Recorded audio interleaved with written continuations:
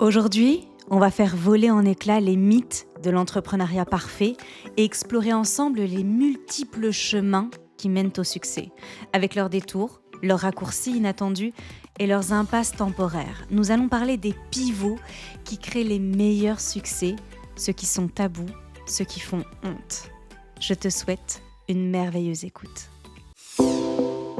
Hello, moi c'est Laurine, ta coach mentale et bien-être préférée. Je suis heureuse de te retrouver chaque semaine dans la Boostletter, ce podcast rempli de motivation et de bonne humeur qui fait du bien. Avec humour et douceur, je booste ton épanouissement personnel et professionnel à chaque épisode à l'aide de neurosciences, mais pas seulement, tu verras.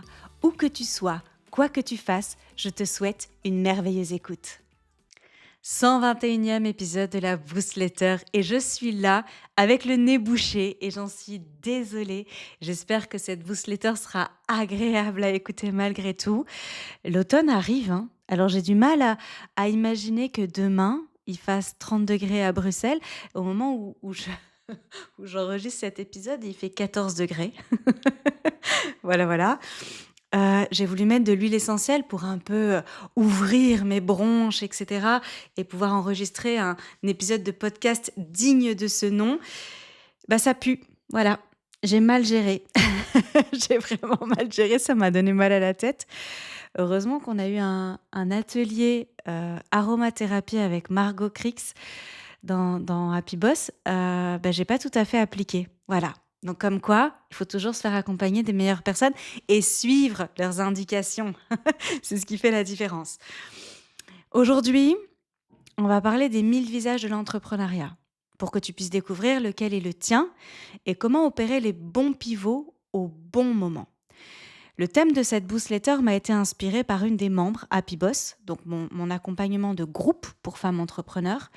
Je la remercie pour sa confiance, pour son honnêteté.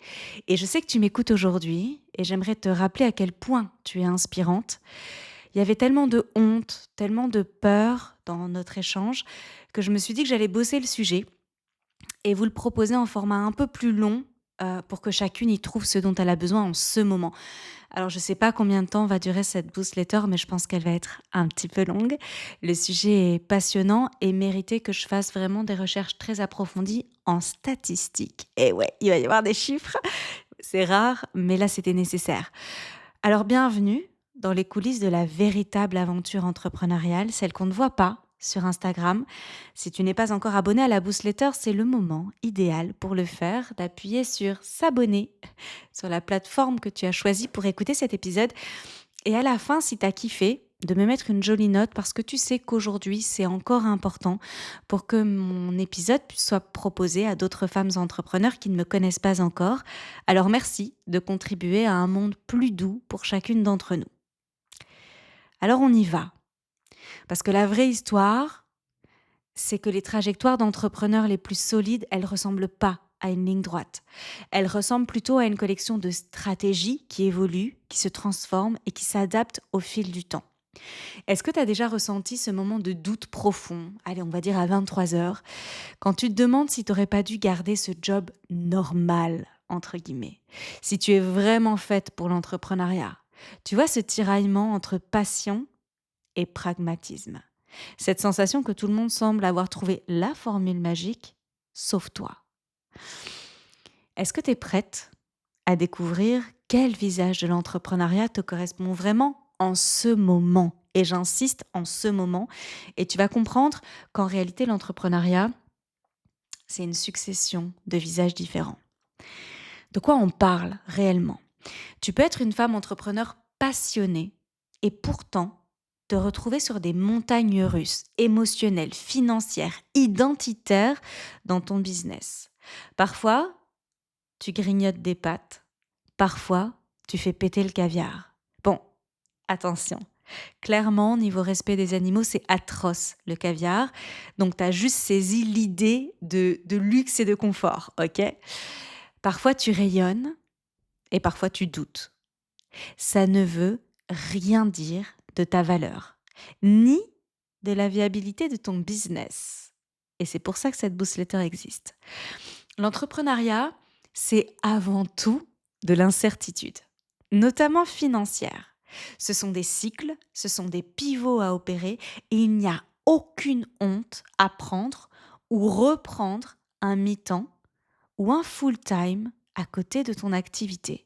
C'est même une stratégie honorable et courageuse. Allons un peu plus loin et allons voir ce que disent les chiffres.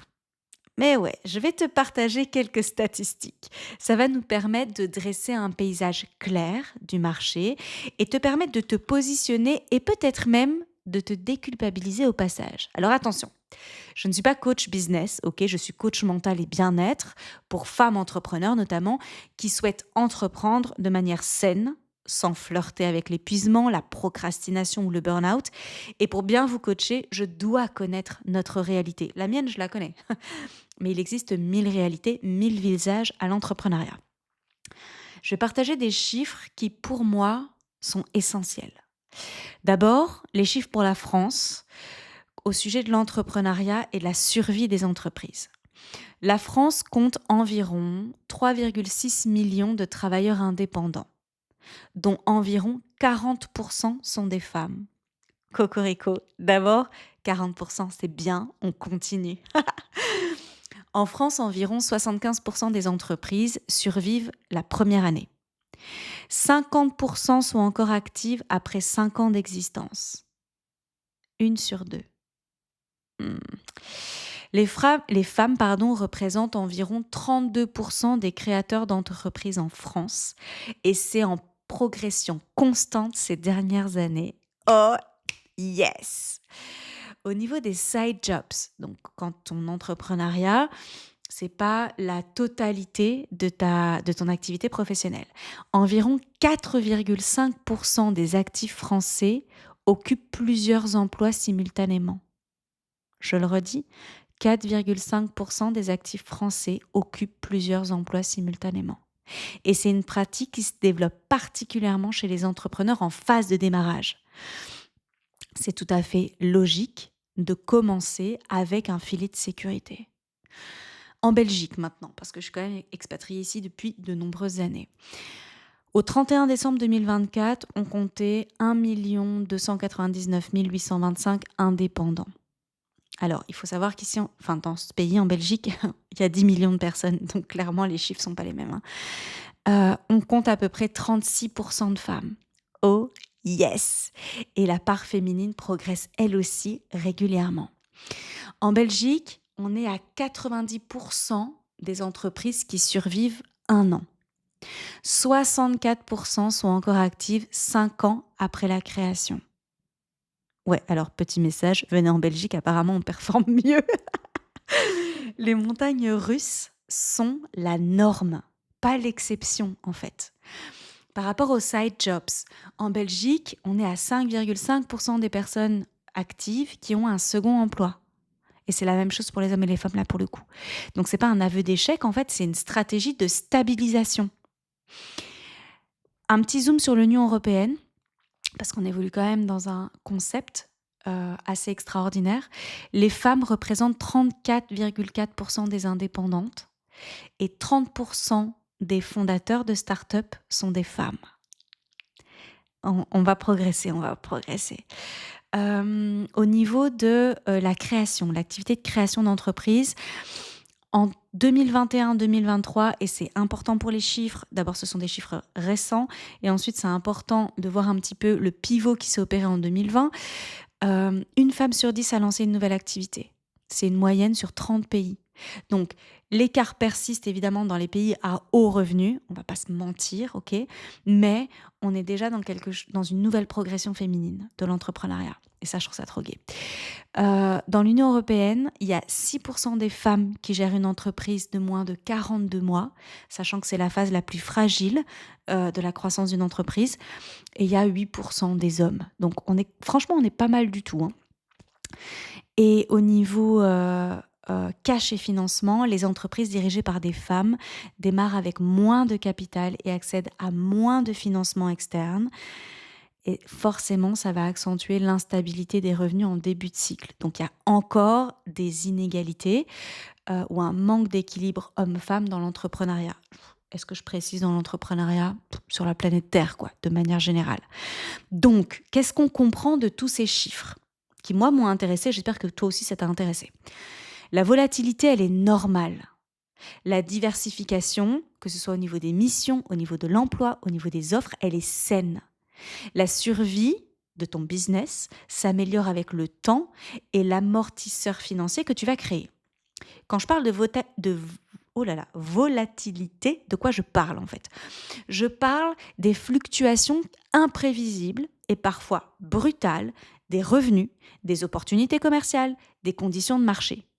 Et c'est cette instabilité qui fait que tu peux connaître un mois exceptionnel, c'est là qu'on reparle du caviar, suivi d'un mois catastrophique, et c'est là que je reparle des pâtes. Et en fait, tu peux pas forcément anticiper ces variations. Elles vont se manifester par des cycles de revenus irréguliers, donc période d'abondance suivie de traversée du désert financière, des changements rapides dans les tendances du marché. Ce qui fonctionnait hier peut devenir obsolète aujourd'hui. Je pense que tu vois très bien de quoi je parle. Il y a aussi la fatigue publicitaire, enfin bref, voilà, tout ça. Et une imprévisibilité qui complique la planification. Donc c'est difficile d'investir ou de s'engager quand le futur proche est incertain. Ce qui va jouer évidemment, c'est aussi le marché qui nous entoure, donc les sociétés qui nous entourent, tout ce qui est politique. euh, Ça a un impact forcément sur le futur proche incertain. Donc la volatilité, c'est pas un signe d'échec, c'est plutôt une caractéristique intrinsèque de l'entrepreneuriat, particulièrement dans les premières années de vie de ton business. Ok. Donc rien que de le reconnaître, ça te permet de développer des stratégies adaptées plutôt que de la subir et de basculer dans des peurs, etc. J'aimerais faire un petit point sur 2020. Si tu as regardé ma première vidéo YouTube, Entreprendre avec une maladie invisible, tu sais que 2020 a été pour moi une année atroce. Atroce. Et je me suis lancée en 2021, comme beaucoup de monde. Parce que cette pandémie, elle a déclenché une vague entrepreneuriale sans précédent. En France, on a enregistré une hausse de 37% des créations d'entreprises en 2020-2021. Ça fait quoi? Ça fait plus d'1 million de nouvelles immatriculations. En Belgique, le nombre de start-up, etc., là, a augmenté de 11,6% en 2021. Bon, on est d'accord que plusieurs facteurs expliquent ce phénomène. Le temps de réflexion pendant les confinements. J'avoue que moi, j'ai pas eu ce temps de réflexion parce que j'étais plutôt en train de survivre, n'est-ce pas? Il y a eu aussi des licenciements massifs. Il y a eu l'accélération de la digitalisation. Il y a eu des aides gouvernementales dans certains pays qui ont été exceptionnelles. Et en fait, on est en droit de se demander où on en est 5 ans plus tard, en 2025. Qu'est-ce qui s'est passé de toutes ces nouvelles immatriculations de nouvelles d'auto-entrepreneurs et compagnie? Le taux de survie de la génération pandémie. Alors, je ne sais pas s'il y a des mots interdits sur les podcasts. J'ai l'impression de faire un déjà-vu par rapport à ma chaîne YouTube. Je vais dire pandémie, vous savez à quoi je fais référence, hein, ok? À moins que vous veniez de naître, mais dans ce cas-là, vous écoutez vraisemblablement pas mon podcast. Donc, le taux de survie de la génération pandémie des entreprises est inférieur à la moyenne. Environ 42% des entreprises créées pendant la pandémie sont encore actives. Là où d'habitude, on l'a vu tout à l'heure, on est plutôt à 50%, voire à 65%, je crois, pour la Belgique. Attendez, que je dise pas de bêtises. Tac, tac, tac, tac, tac. Je retourne dans mes chiffres. En Belgique, ouais, c'est naze. 64%. Merci d'avoir rectifié. J'étais sûre que tu étais en train de le dire, là, en train de m'écouter. Donc, 42%. C'est assez interpellant, non? Contre 50 en France et 64 en Belgique. C'est pas beaucoup, hein? Quels sont les secteurs les plus touchés? L'e-commerce. Tout ce qui a été e-commerce opportuniste. Sorry les gars. La livraison à domicile. Désolée. Et les services aux personnes, mais sans solide différenciation. Ouais, la différenciation, se démarquer, tout ça là, c'est important. Les survivantes, ouais, on va s'appeler les survivantes, ont su pivoter face au retour à la normale entre guillemets évidemment, parce que quand tu vois ton panier d'achat au supermarché, je ne sais pas si c'est vraiment un retour à la normale. Donc les survivantes ont su pivoter. euh, Est-ce que j'ai bien dit le prix du panier au supermarché? Non, j'ai pas dit, hein, je pense. Ben voilà, le prix. Donc on a su pivoter grâce à l'hybridation, par exemple, des modèles. Et je vais en parler après, à la diversification des canaux, à la création véritable de communautés sincères, fidèles, avec un vrai lien, etc. Cette période un peu spéciale qu'on a vécue a aussi donc accéléré ce qu'on appelle l'entrepreneuriat hybride.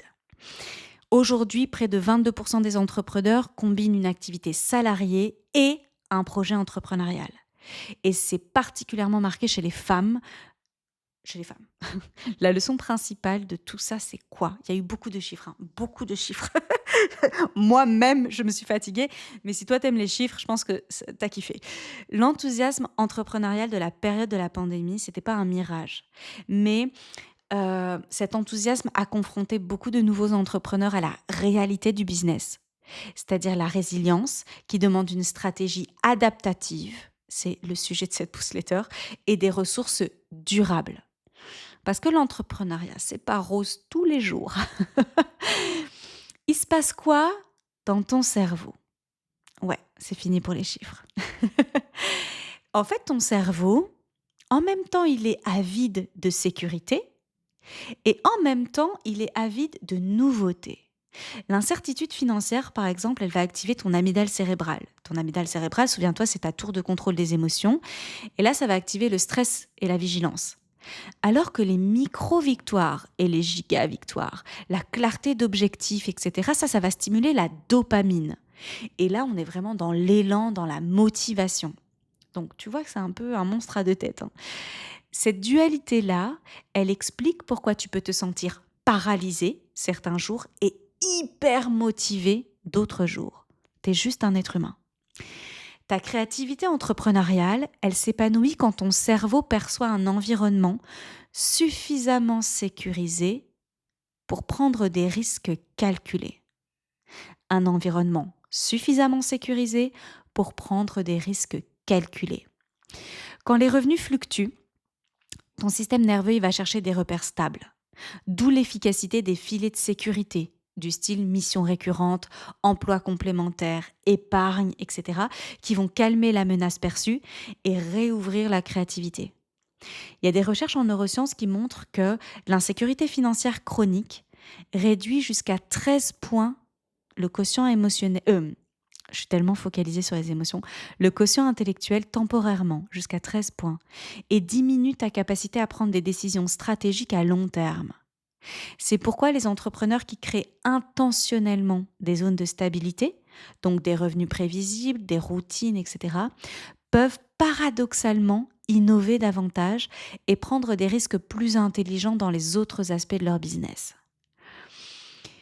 Et là, j'aimerais qu'on rentre dans tes pensées, dans tes croyances à toi. Parce qu'il y a des croyances qui sabotent la confiance et l'estime personnelle qu'on a. J'en ai sélectionné 3 que j'ai entendues le plus souvent chez les femmes que j'accompagne. Notamment au niveau des pivots à opérer, qui sont parfois extrêmement difficiles. Le premier, c'est « si je prends un job à côté, j'ai échoué ».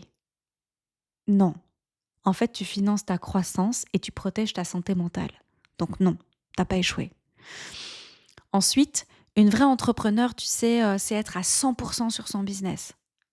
Non. Alors là, je t'ai filé je sais pas combien de chiffres là, de données qui montrent que c'est faux. Il y a beaucoup d'entrepreneurs qui alternent des phases de full-time, des phases mixtes, etc. selon les cycles du marché en fait. Troisième croyance qui te sabote, si ça décolle pas en 6 mois, c'est foutu. Non, en fait, on vise la survie à 5 ans. Donc, il y a toujours des paliers. 1 an, 3 ans, 5 ans. Et les business, ils mûrissent par itération. Donc, pas en ligne droite. On teste, on expérimente, on prend ce qu'il y a de meilleur, on reteste un autre truc. Bref, tu connais. Et très, très souvent, derrière ces croyances, il y a beaucoup de peur. beaucoup de honte. Et ça va nous freiner en fait dans la prise de décision, notamment la décision de pivoter. Donc tu vois ce que c'est un pivot, hein, c'est qu'on change de direction. C'est uniquement une décision stratégique en fait. C'est profondément émotionnel. De nombreux entrepreneurs décrivent un cocktail toxique de sentiments qui accompagne ces transitions-là. Tout d'abord, il y a la honte sociale. 67%. Ah, j'avais dit qu'il y avait plus de chiffres. Sorry. 67% des entrepreneurs ayant pivoté ont rapporté avoir ressenti de l'embarras face à leur entourage. J'ai l'impression d'admettre un échec. Ça, c'est une phrase qui est super récurrente. Mais il y a aussi la peur du jugement. Que vont penser mes clients, mes followers, mes investisseurs, ma famille?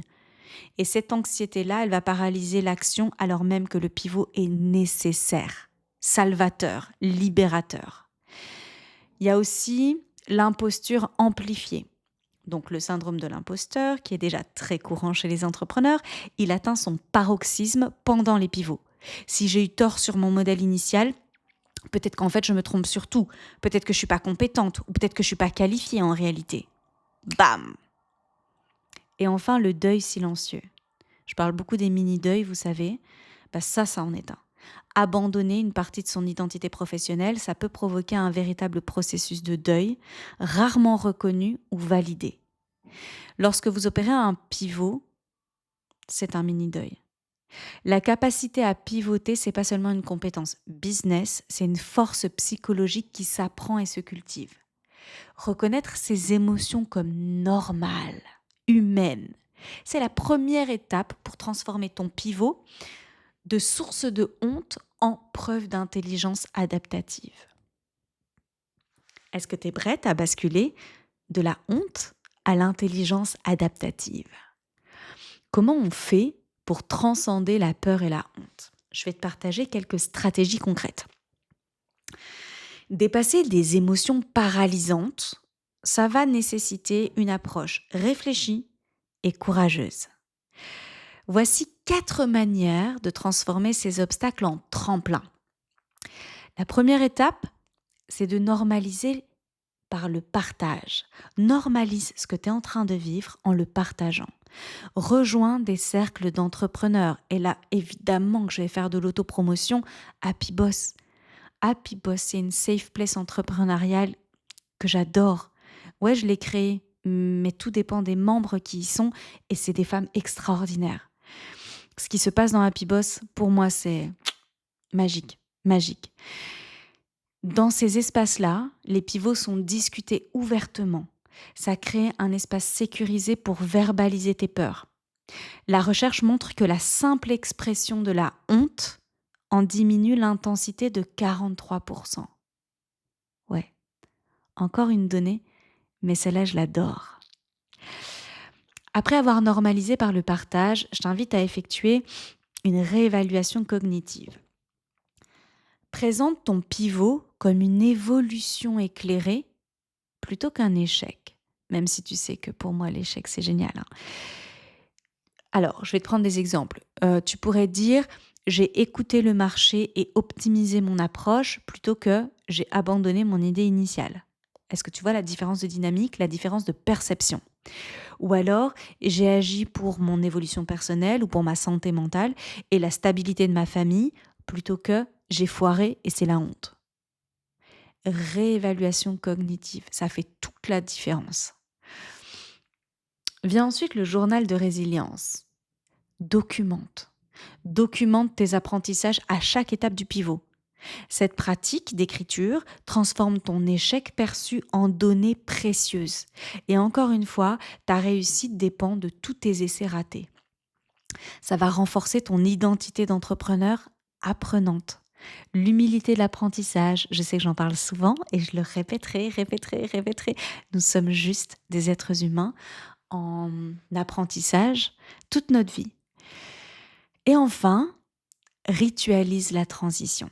Crée un petit rituel symbolique pour marquer consciemment le passage d'une phase à l'autre. Tu peux écrire une lettre à ton ancienne vision, par exemple. Tu célèbres tes apprentissages, tu visualises ton futur. Choisis ce que tu veux. Ça peut même être quelque chose de créatif. Ça peut être un tableau, ça peut être une chanson, ça peut être un poème, ça peut être un cadeau que tu te fais, une petite récompense pour ce pivot qui va te permettre de l'assumer encore plus. Les entrepreneurs les plus résilients ne sont pas ceux qui évitent la honte, mais ceux qui apprennent à la traverser avec conscience. Le pivot devient alors non pas un aveu de faiblesse, mais la preuve ultime de ton engagement envers la réussite, quelles que soient les formes qu'elle prend. La réussite est personnelle. Rappelez-vous, la réussite est personnelle. Qu'est-ce qui se passe si tu n'oses pas adapter ton modèle, que tu restes obstiné, que tu restes sur tes positions par peur ou par honte? Il y a 3 dangers que j'ai identifiés. Le premier, c'est le stress financier chronique, clairement. Ensuite, l'isolement et les tabous, pardon. Et enfin, la rigidité de modèle. Je vais tout te détailler. D'abord, le stress financier chronique. C'est pas seulement un problème de trésorerie, c'est un piège cognitif qui va transformer ta façon d'opérer. Au niveau de tes décisions court-termistes, quand l'anxiété financière s'installe, ton horizon de décision se rétrécit dramatiquement. Tu commences à accepter des clients qui ne correspondent pas à ton positionnement, à baisser tes tarifs sous ta valeur réelle, à multiplier les petites missions sans cohérence stratégique. En fait, tu t'épuises là-dedans, c'est un chaos total. Ce mode survie t'empêche de construire les fondations solides dont ton business a besoin. Ensuite, l'épuisement progressif. Désolée, j'ai le nez bouché. L'épuisement progressif. Le stress financier prolongé épuise tes réserves d'énergie mentale. Les neurosciences montrent que vivre sous pression financière constante consomme des ressources cognitives importantes et que ça réduit ta capacité à résoudre des problèmes complexes ou à innover.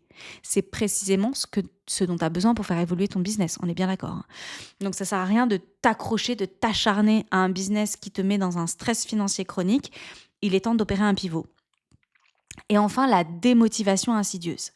L'instabilité financière prolongée, elle érode ta passion initiale. Ce qui était source d'enthousiasme devient progressivement une source d'anxiété et ça transforme l'élan entrepreneurial en une course d'obstacles épuisante. Si tu as déjà eu des soucis de trésorerie, je suis sûre que ça te parle, clairement. Vient ensuite le deuxième danger, l'isolement et les tabous. L'entrepreneur en difficulté financière a tendance à s'isoler. Ça crée un cercle vicieux particulièrement dommageable. J'aimerais d'abord parler de la honte silencieuse. Dans un écosystème qui valorise les success stories et les croissances fulgurantes, admettre ces difficultés devient tabou. Tu commences à éviter les événements de networking, les groupes d'entrepreneurs ou même les réseaux sociaux professionnels, précisément les endroits où tu pourrais trouver des solutions ou des collaborations. J'ai envie de dire, il est temps que la honte change de camp, parce que ça fait écho à une conversation que j'ai eue très récemment. Il est temps d'arrêter d'avoir honte. Tout domaine confondu, en fait. Ensuite, j'aimerais te parler de l'auto-jugement paralysant. Tu vois, cette petite voix critique là qui te juge. Tu intériorises l'idée que tes difficultés sont le signe d'une incompétence personnelle plutôt que d'une phase normale de l'entrepreneuriat. Ce dialogue interne négatif sape ta confiance et ton estime de toi. Ça te rend moins capable de prendre des décisions avec des risques calculés ou de négocier efficacement. Et enfin, la perte d'audace commerciale. L'insécurité financière, clairement, combinée à l'isolement, ça va affecter directement ta posture commerciale. Tu vas hésiter à contacter de nouveaux prospects, tu vas pas te sentir légitime, etc., ni à négocier des conditions favorables ou à te positionner comme une experte dans ton domaine. Le fait de se retenir comme ça, en fait, tu deviens invisible dans ta communication, dans ton marketing, et tu alimentes le cycle de difficulté. Et très souvent, tu laisses tomber. Tu vas plus sur tes réseaux sociaux, vraiment, tu t'isoles, quoi.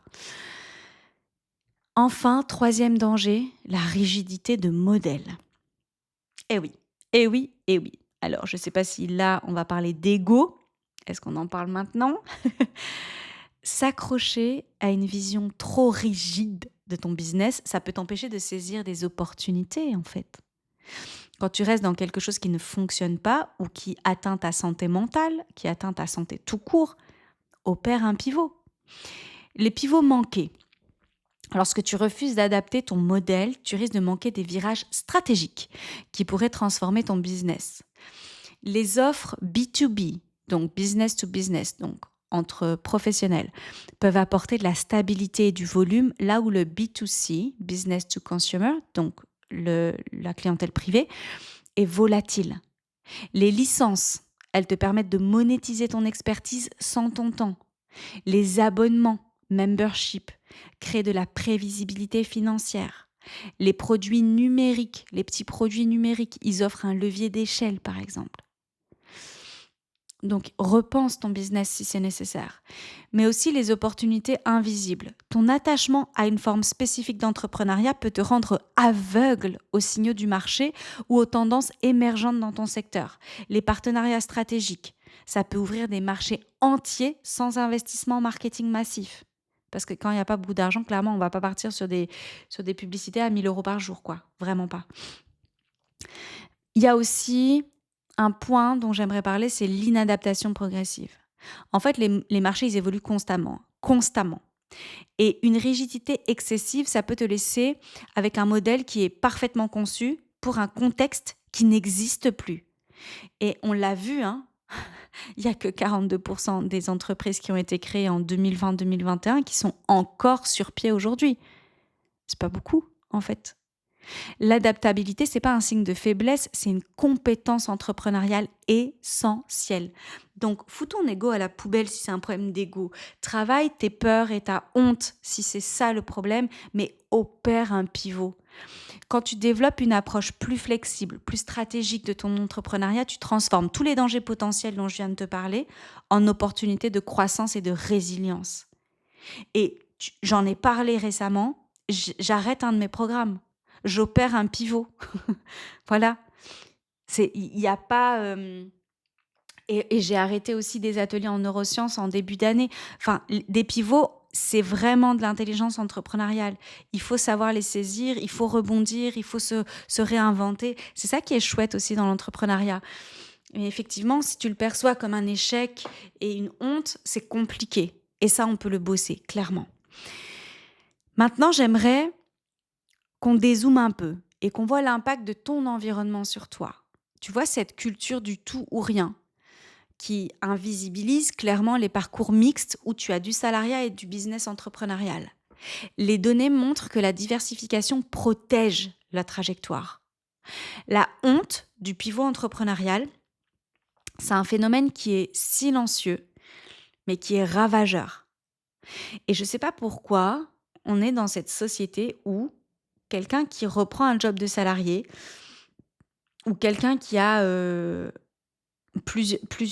une activité entrepreneuriale et une activité salariée en même temps, il y a quelque chose de ouais, t'es pas une vraie toi en fait. Je sais pas si vous voyez ce que je veux dire, mais c'est du bullshit ça. C'est naze, c'est archi naze. Faut changer ça. Lorsque tu envisages de revenir au salariat, de transformer ton modèle d'affaires, de renoncer à des choix antérieurs, il y a une culpabilité intense qui peut s'installer. C'est tellement dommage. Et je la comprends à 1000%, parce que des pivots, je peux vous dire qu'en 4 ans, j'en ai eu beaucoup.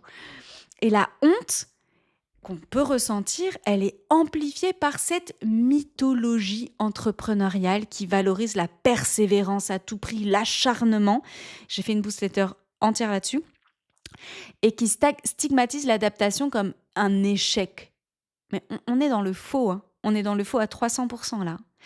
Les études montrent que 73% des entrepreneurs qui traversent une période de doute majeur où ils considèrent un changement radical, mais par contre, il n'y en a que 31% qui l'évoquent ouvertement. Donc, il y en a 73% qui ont cette période de doute avec changement radical, mais il y en a tellement peu qui en parlent. Si tu as envie que j'en parle, que je fasse un épisode là-dessus ou une vidéo sur YouTube ou bref, dis-le moi dans les commentaires en fait, parce que j'ai aucun problème à parler de ça. Moi, je fais partie des 31% qui l'évoquent ouvertement. J'ai pas de problème à dire qu'un truc n'a pas marché, qu'un truc j'ai dû le repenser, qu'un truc j'ai dû l'arrêter, qu'un truc... Aucun problème avec ça. Ça fait partie de mon parcours en réalité et ça me permet d'être l'entrepreneur que je suis aujourd'hui et d'améliorer l'entrepreneur que je serai demain.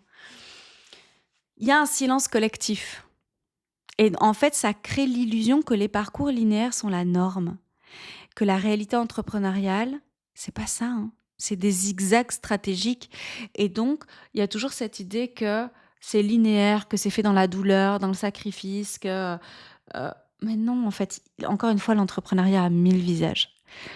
Comprendre que l'adaptabilité, c'est pas une faiblesse, mais une intelligence stratégique, ça te libère d'un poids mental considérable. Et il y a une étude, qui a été faite au MIT. Yes. Les entrepreneurs les plus résilients ne sont pas ceux qui refusent le changement, mais ceux qui l'embrassent comme partie intégrante de leur trajectoire. Alors c'est peut-être parce que je suis neuropraticienne et qu'en fait, j'ai une approche assez neuroscientifique de mon business, dans lequel les essais ratés sont complètement logiques, dans lequel les expérimentations sont la voie du succès, que ça me permet d'être hyper méga peace. Est-ce que ça me fait plaisir quand un truc ne se vend pas, quand un truc ne marche pas? Ça ne me fait pas plaisir, il faut pas me mentir, mais je suis pas du tout terrassée et je remets pas du tout en doute tout mon business, mes capacités, et cetera, et cetera. C'est en ça que c'est important le partage aujourd'hui. J'avais dit que cette newsletter était un peu plus longue que les autres. J'en viens aux solutions concrètes, stratégiques et humaines à mettre en place. Alors, la première solution, c'est de normaliser la stratégie mixte. Tu vas décider intentionnellement, maintenant, là, tout de suite avec moi, combien de stabilité tu as besoin. Donc, on va par exemple parler de mi-temps, de missions récurrentes, etc. Et combien de croissance tu as besoin. Et là, je parle de prospection, de construction d'actifs, etc. Et en fait, tu vas calibrer ça sur 6 mois, pas plus, pas plus. Juste sur 6 mois. Et j'ai envie de dire, quand tu normalises ça, tu l'acceptes, tu vois, c'est vraiment un chemin d'acceptation. Ensuite, crée ton matelas anti-montagne russe. Idéalement, tu as 3 à 6 mois de trésorerie de côté pour tes charges perso et tes charges pro. Idéalement. Si tu as moins que 3 mois, ça commence à être chaud boulette pour ton système nerveux. Mais ça peut fonctionner si tu as normalisé la stratégie mixte juste avant, tu vois. Et dans ton matelas anti-montagne russe, mets en place une offre récurrente. Un petit produit à l'année qui se vend bien, un membership, tu vois, une forme d'abonnement mensuel ou annuel, etc., qui est consolidé. Ça, c'est important. Ensuite, diversifie tes flux de revenus. Vraiment. On va dire 60% ton cœur d'activité, 20% en récurrence et 20% d'expérimentation avec des nouvelles offres, etc., des affiliations, des licences, tout ce que tu veux. C'est important que tu stabilises tes revenus et que tu les diversifies. J'ai pensé ici à te proposer une roadmap, en gros, une espèce de roadmap de survie sur 12 mois. Tu pourrais imaginer, si tu opères un pivot évidemment, les 3 premiers mois, tu baisses tes dépenses à leur minimum et tu augmentes le cash immédiat. Tu fais des offres rapides, tu fais des closings hebdomadaires, donc c'est-à-dire que tu vas à la rencontre de tes prospects pour signer des contrats. Donc tu te rends disponible, etc. Mais il faut faire rentrer du cash rapidement. Et en diminuant tes dépenses à leur minimum. Et il y a plein de trucs qui sont superflus en réalité. Si tu as un business en digital notamment, tu peux vraiment t'amuser avec les dépenses. 4e mois au 8e mois, tu standardises 2 offres. Prix, process, témoignage et tu installes de la récurrence. Va pas chercher plus loin en fait. 2 offres qui se complètent. Du 9e mois au 12e mois, là tu fais jouer tes leviers.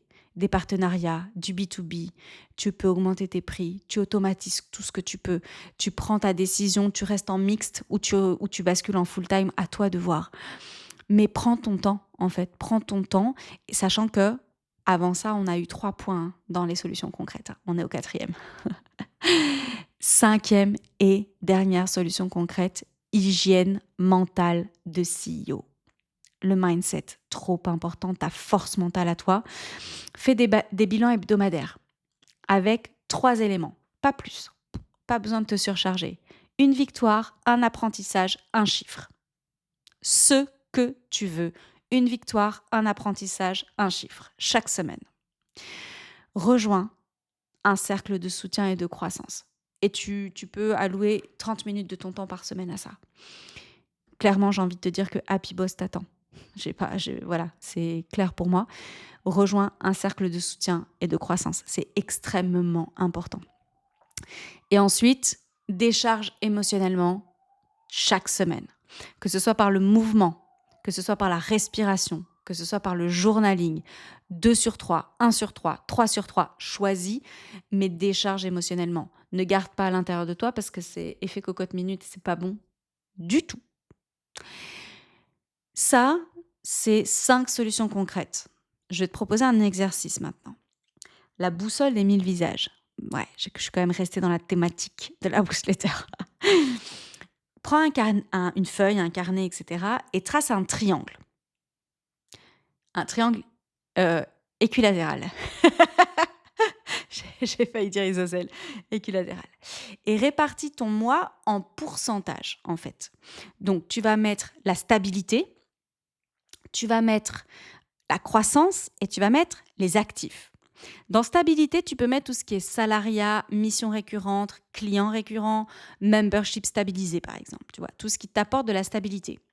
Dans croissance, tu mets tout ce qui est prospection, lancement de nouveaux projets, etc. Et dans actif, tu vas mettre tous tes produits en fait, tes produits, tes services, tout ton contenu. Moi par exemple, la newsletter, clairement elle va dedans. Donc tout ce que tu mets à disposition de tes prospects et de tes clients. Et tu vas noter ta répartition actuelle. Stabilité, croissance, actif. Ensuite, tu choisis la répartition cible pour les 90 prochains jours. Donc, pour les 3 prochains mois, qu'est-ce que tu as envie d'atteindre comme pourcentage dans ton business entre la stabilité, la croissance et les actifs? Et par bloc, par bloc, tu vas lister 3 actions pour t'en approcher. Donc, par sommet du triangle, quoi. Donc, 3 actions pour la stabilité, 3 actions pour la croissance, 3 actions pour les actifs. Let's go. Ça, c'était la boussole des 1000 visages. Qu'est-ce qu'on a vu dans la newsletter aujourd'hui? Énormément de choses. Énormément de choses. I know. Je vais faire un petit récap rapide. L'entrepreneuriat n'a pas une seule forme. On est d'accord maintenant que ta trajectoire peut être mixte et réussie. Les chiffres confirment la volatilité au démarrage et l'intérêt de survivre, de pivoter, de diversifier. Prendre un mi-temps ou un full-time n'enlève rien à ton identité d'entrepreneur. Rien. C'est une stratégie de puissance.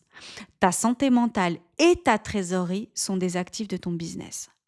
Alors maintenant, évidemment, je te mets au défi.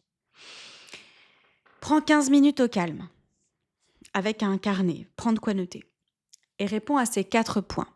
Je te propose de les écouter une première fois, et puis ensuite tu mets pause et tu reviens en arrière. La première question, c'est quel visage je porte aujourd'hui dans mon business? Deuxième question, quel visage j'aimerais porter pour les 6 prochains mois? 3. Qu'est-ce qui m'empêche d'assumer pleinement ce visage? 4. Premier pas concret, choisis une petite action réaliste que tu peux poser dès cette semaine pour incarner ce visage. Je vais te détailler les points. Il existe différents visages dans l'entrepreneuriat. Je vais t'en citer quelques-uns. L'idée, c'est de reconnaître honnêtement où tu en es aujourd'hui sans jugement. Ça te permet justement de savoir vers quoi tu as envie d'aller. La sprinteuse. Tu bosses à fond, tu carbures au deadline et tu t'épuises. La funambule. Tu avances, mais toujours avec la peur de tomber, financièrement, émotionnellement, physiquement, etc. La bâtisseuse. Tu prends le temps de poser des fondations solides, quitte à avancer moins vite.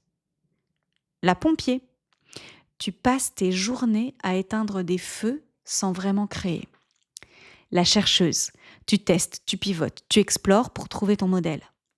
La nourricière. Tu donnes beaucoup de contenu gratuit, d'énergie, de soutien, parfois plus que ce que tu reçois. L'exploratrice.